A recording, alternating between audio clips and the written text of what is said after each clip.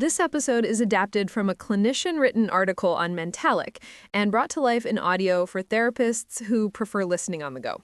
Yeah, and this one's based on a piece written by Nuria Higaro-Flores, psychologist, and we're really glad to bring her perspective into a conversation format. And just to give a tiny bit of context, since the article comes from Mentalyc, if you're new to it, Mentalyc is basically a platform that helps therapists with documentation and reflection, things like their AI note taker, AI treatment planner, and Alliance Genie. Yeah, it's built around our actual workflow instead of adding another thing to do, which is kind of the bar at this point. So let's ground this in a moment most of us have had. You're in, say, session 6 with a client. You're doing good work. You're using the model you were trained in. Notes are done. Treatment plan exists. And yet, you walk out of the room thinking, something is off, but I can't quite put my finger on it. The client's still showing up. They're polite. They're not overtly resistant. But the energy's flat, or they're giving you those, yeah, I guess, answers. Maybe they're doing the homework on paper, but there's no real engagement. Or the opposite, they're talking a lot, but you realize you're not actually moving toward anything together. It feels like you're busy, but not necessarily aligned. In Nuria's article on the Working Alliance inventory, that's basically the territory she's describing. When the theory and the interventions look right, but the alliance, the actual working relationship, has some cracks we're not seeing clearly. And the big clinical insight from the piece is actually really simple but powerful. When therapy's stuck, we often jump to resistance or motivation questions. But the Working Alliance inventory helps us ask, is this actually a goals issue, a tasks issue, or a bond issue?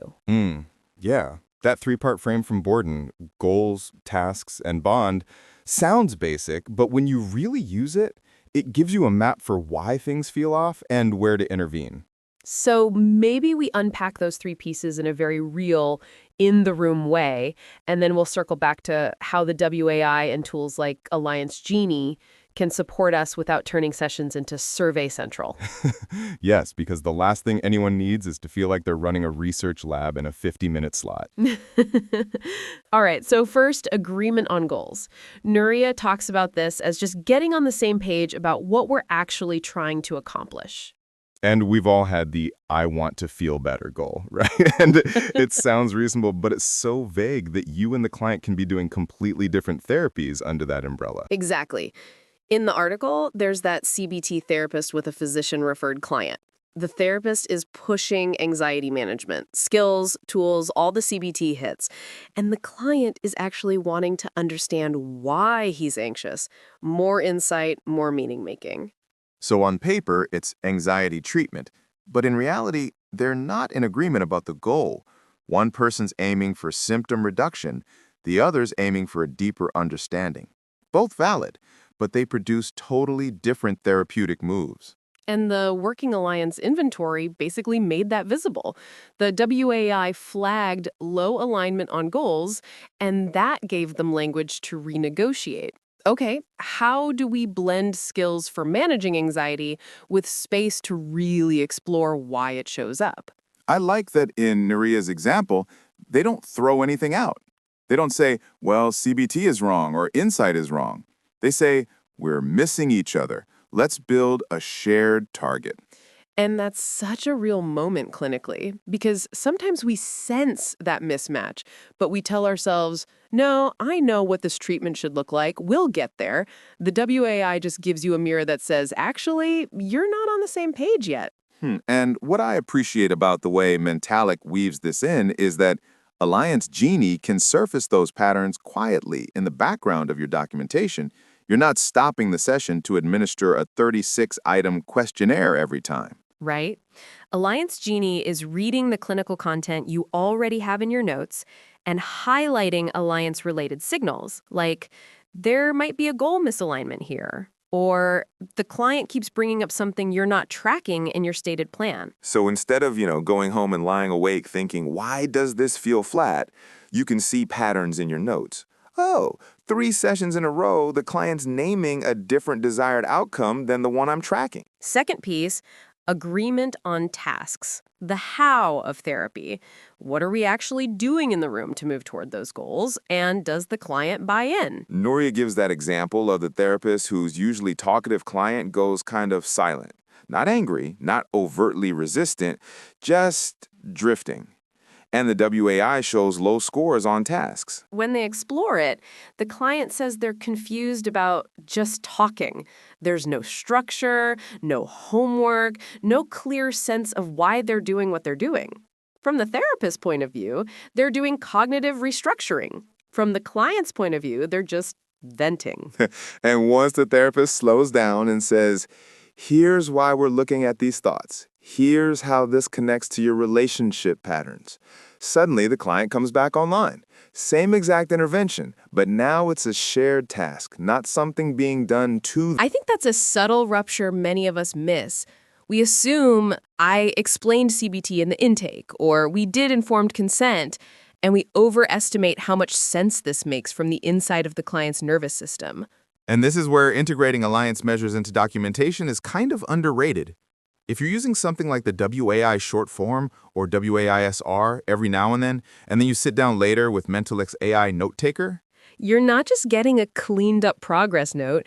You can see, okay, tasks were rated low here, and look at my session description. I jumped into exposure without really checking understanding, or I stayed in insight when the client was asking for concrete skills. Alliance Genie kind of acts like that supervision voice that asks, do they understand what we're doing together and why, without shaming you? It's more like, here's a pattern I'm seeing across your sessions with this client. And then the third pillar, bond. Trust, warmth, mutual respect. Basically, do I feel safe with you, and do you feel like you're with me? Nuria highlights that substance use counselor working with court-mandated clients, which is such a tough setting for bond. Clients might not want to be there. They might see you as an extension of the system. And instead of writing those folks off as resistant, she uses the WAI bond items almost like a checklist. Am I being consistent, non-judgmental, genuinely curious about their lives beyond their substance use? Over time, as those bond scores move, the goals and task scores start to follow. It's such a nice reminder that sometimes we're trying to fix tasks and goals when what's actually missing is, do you feel seen and respected here? And clinically, we know this. If the client doesn't feel you actually like them, even in a grounded, professional way, the rest is gonna be pretty shaky. The WAI just gives us language for that, without pathologizing either person. Let's pause here for a second. If any of this is sounding familiar, those subtle alliance drifts, the I don't know why this case feels stuck moments, Mentalyc can actually support you in a very practical way. Their AI note taker and Alliance Genie sit inside the documentation you already have and help surface Alliance themes, goals, tasks, bond, while keeping everything HIPAA and SOC 2 compliant. You can explore it at Mentalyc.com when you've got a minute between sessions. All right, so we've talked about the three components. Let's zoom in on the actual working alliance inventory versions Nuria walks through, but in a way that feels usable, rather than like a psychometrics lecture. Yes, no one is here for a factor analysis deep dive on their commute. So the original WAI, Horvath and Greenberg, 1989, is 36 items, 3 subscales, goals, tasks, bond, 7-point scale from never to always. It's solid, validated, and honestly a bit long for routine use in a high-volume practice. Where I find it helpful is in supervision or research settings, or if you're doing a time-limited treatment study. But in day-to-day practice, a lot of us lean more on the shorter versions Nuria describes. Right, like the WAI short form, the WAS. That's 12 items, 4 for each dimension.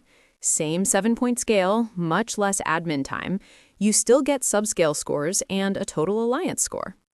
So if you're running, say, a busy community mental health caseload, you might decide, I'm going to use the WAI-S every, 4 to 6 sessions, just to track the alliance arc instead of relying purely on gut. And this is where it pairs nicely with something like Mentalyc's workflow. You might have your client complete the WAI-S on paper or electronically. Then, when you're writing your note with the AI note taker, you can reflect, we saw a dip in tasks this week. What happened in the session? Alliance Genie can then flag that trend over time, almost like a visual of here's what's happening emotionally and relationally alongside your symptom measures and your treatment plan. Then there's the WAI-SR, the short revised version from Hatcher and Gillespie. Still 12 items, but they selected them based on factor analysis to clean up the subscales a bit. Nuria notes it has better distinction between tasks and goals, which can matter a lot clinically. Yeah, think about a trauma therapist working with veterans. The goal might be the same, say reduce re-experiencing, but there could be multiple task options: exposure-based work, narrative work, more skills-focused work, etc. If the WAI-SR shows that goals are high but tasks are low, that's your clue. We agree on where we're going, but not how we're going to get there. That's a very different conversation than you don't want to get better or you're not motivated. And again, if you're documenting with Mentalyc, you can actually embed that right into your reflection.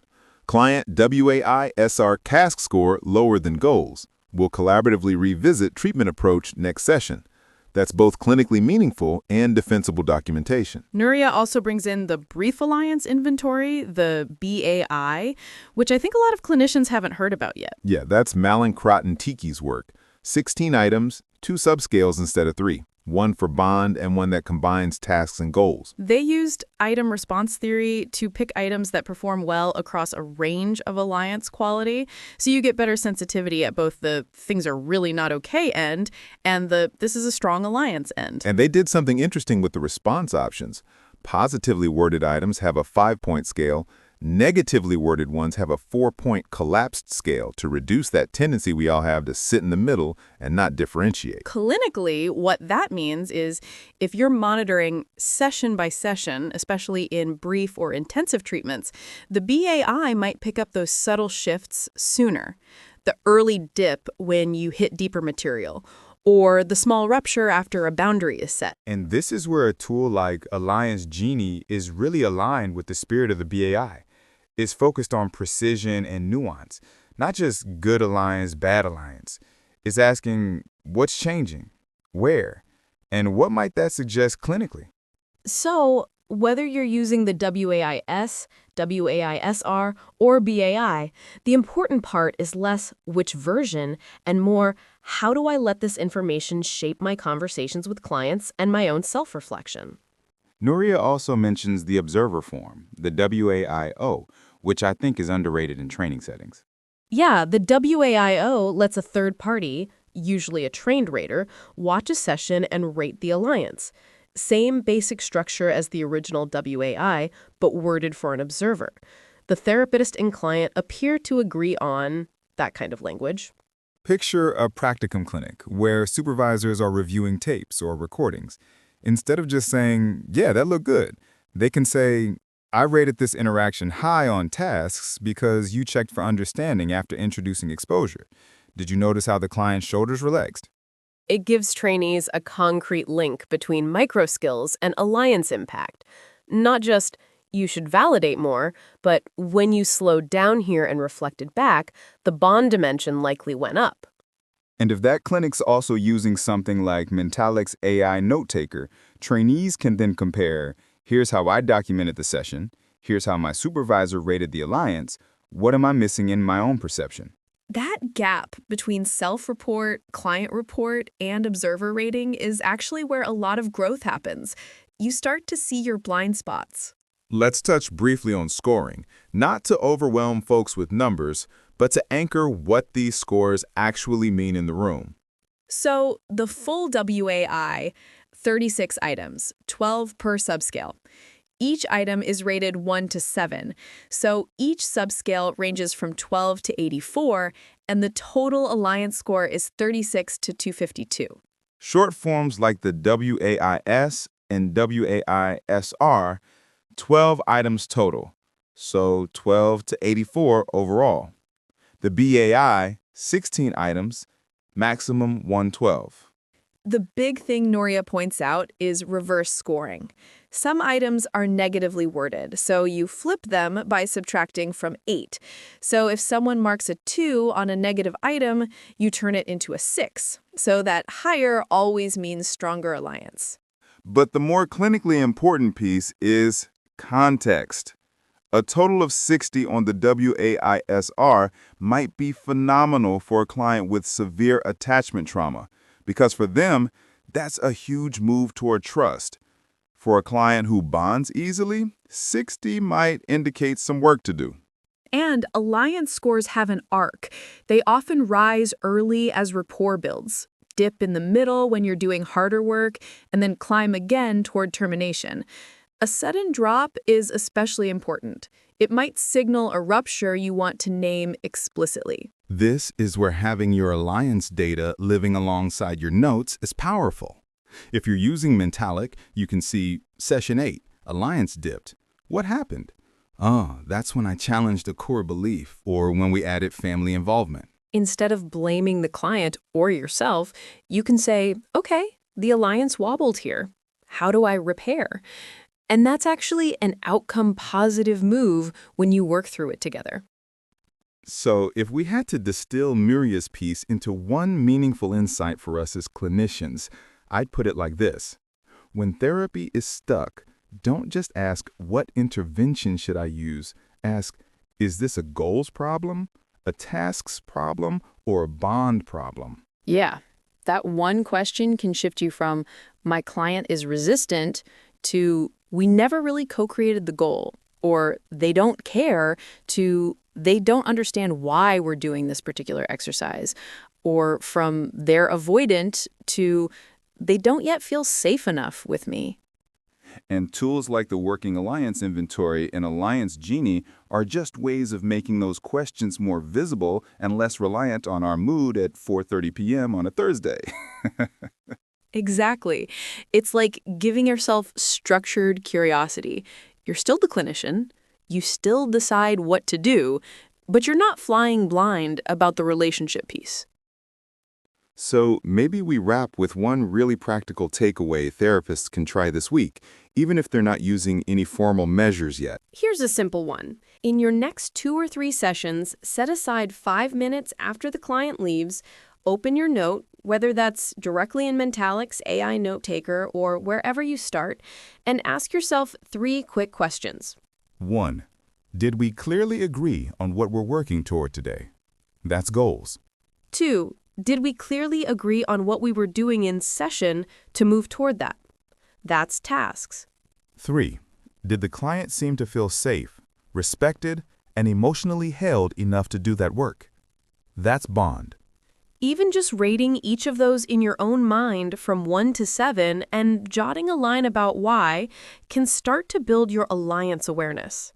And if you're writing inside Mentalyc, Alliance Genie can then add its own layer of reflection on top of what you've noticed. Over time, you start to see patterns. I tend to under-clarify tasks when I'm anxious, or goals drift in longer-term work unless I revisit them explicitly. That's real, personal, clinical growth, not just better paperwork. If you're curious about getting more structured support in tracking those alliance patterns without adding another survey to your intake packet, Alliance Genie inside Mentalyc can sit right alongside your AI-generated notes and treatment plans and gently highlight where goals, tasks, or bond might need attention. You stay the therapist. It just gives you that supervision-like nudge inside the documentation you're already going to do. And if that sounds helpful, you can check it out at Mentalyc.com when it fits your day. Thanks for joining us in this conversation based on Nuria Higaro-Flores' article on the Working Alliance Inventory. We hope it gives you one small usable question to carry into your next session. Take good care of yourselves out there and of the alliances you're building, because those really are the heart of the work.